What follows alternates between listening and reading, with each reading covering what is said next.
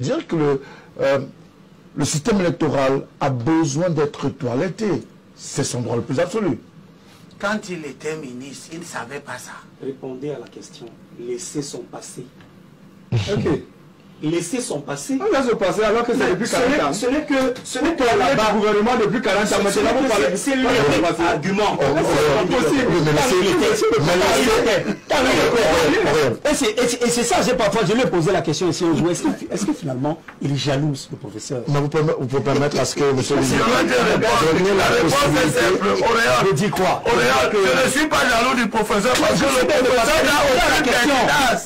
Il n'a jamais que vous, Elimbi Lobert. C'est maintenant qu'il pose des questions. C'est ce qu'il vous demande.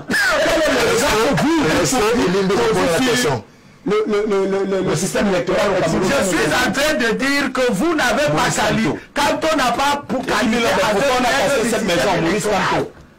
Le système électoral n'est pas mauvais aujourd'hui. Nous le combattons depuis 92. C'est depuis 92. Et à cette époque, il était fonctionnaire, il faisait sa carrière.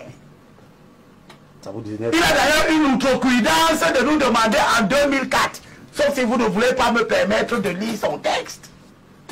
Mais son texte, il est là. Où il nous disait que les décisions du Conseil constitutionnel sont des dogmes et qu'il fallait se soumettre à ça. C'était en 2004. Nous venions de perdre l'élection présidentielle. Il était dans le régime. Il était au service du régime, des ongles du pied jusqu'aux cheveux de la tête. Il estimait que le Conseil constitutionnel était bon. Il fonctionnait bien. Il avait bien délibéré. Vous savez, s'il y a un combat que je mène aujourd'hui au Cameroun, c'est qu'il n'advienne pas dans la scène politique des gens aux convictions politiques à géométrie variable. Moutoumé est beau quand je bois avec lui.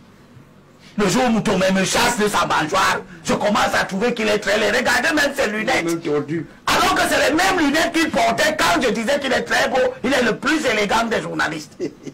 C'est ça qui nous fait perdre les élections.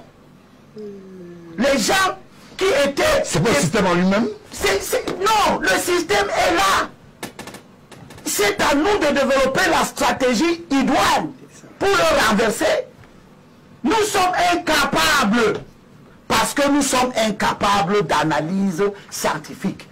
Les gens veulent être adorés comme Paul Biya est adoré. Ils créent des partis politiques, ils organisent le culte de la personne dans leur parti. Quand vous écoutez ce monsieur parler, vous croyez qu'il est militaire différent de celui-ci. Celui-ci trouve que Paul Biya est le Dieu, il est tout. Ils adorent Paul Biya, il est éternel. L'autre qui parle là, quand vous le voyez parler, avec le fanatisme dont il fait preuve. Avec le fanatisme, c'est moi qui parle. Avec le fanatisme dont il fait preuve, vous avez l'impression que s'ils arrivaient au pouvoir, ils combattraient la culture du culte de la personne. Ils ne vont pas le faire. C'est pour ça que Bédibo vous dit que dans les lectures du PCiste, il s'agit pour ces gens de remplacer Paul par Maurice. Et rien ne va changer. Et j'attire l'attention de nos téléspectateurs. Oui. Regardez ce qui se passe en Guinée. Voilà les opposants. Une fois arrivés au pouvoir, ils sont en train de s'avérer pire que les gens qui étaient au pouvoir. En Guinée-Conakry, avec Alpha Condé. Regardez ce qui se passe au Mali. C'est les opposants qui soutiennent les coups d'État parce qu'ils ne sont pas capables de gagner les élections. Tous ont soutenu le coup d'État contre Moussa Traoré. Tous ont soutenu le coup d'État contre Amadou Toubadi Touré. Ils soutiennent le coup d'État aujourd'hui contre quelqu'un d'avec qui ils ont combattu Amadou Toubadi Touré. Vous voyez comment une opposition en errance intellectuelle et politique crée les conditions pour que le peuple soit désabusé. Ce qui va se passer au Mali dans les jours à venir, c'est que vous aurez des taux d'abstention qui vont se mettre à grimper, augmenter. Parce que les gens ne comprennent plus rien. Je vais vous donner un chiffre. Très rapidement. Oui, ça c'est une étude que j'ai faite sur les résultats des élections à Douala 5. Il y avait 381 bureaux de vote en 2013. 381 bureaux de vote. Le RDPC a gagné les élections dans 328 bureaux de vote. Il était premier. J'étais là. C'est moi qui représentais le SDF. C'est s'il n'était pas encore en politique. Ils n'avaient pas encore découvert que le frère de leur tribu est en politique. J'étais là. C'est moi qui représentais le SDF à la commission communale de supervision. J'avais tous les procès verbaux. Le RDPC a gagné dans 328 bureaux de vote. Il faut qu'on s'interroge. Pourquoi les choses sont si mauvaises? La gouvernance est mauvaise. Et elle ne l'est pas aujourd'hui. Ceux qui en parlent aujourd'hui avec emphase, comme si le monde vient de commencer. Monsieur, en 2008, il y a eu des émeutes dans ce pays à cause de la gouvernance. Et ces émeutes-là précédaient la modification de la Constitution que ton patron adoré a soutenu. Et ça le disqualifie.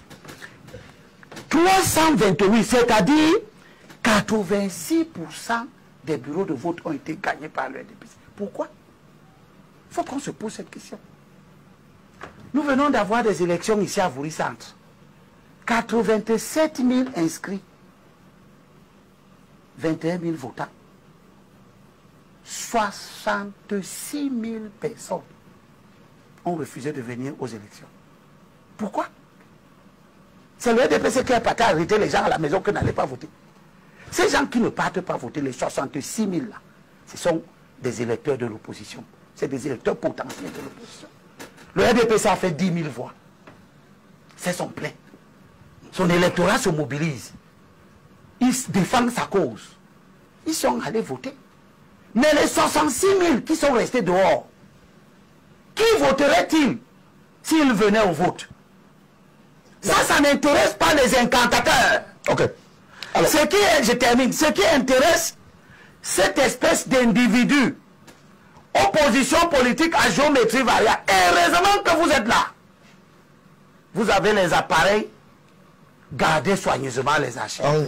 Merci beaucoup pour la... Parce que quand quelqu'un était en une interview avec Charles Ndongo, au moment où nous on dit que Monsieur le Président Biya gouverne mal, merci. Lui il dit que le Président Biya est un homme d'État. Le point évoqué par le professeur... Il ne peut pas venir aujourd'hui alors que le Président Biya n'a pas changé. Nous dit que le Président Biya c'est le diable depuis 40 ans. L'autre point évoqué...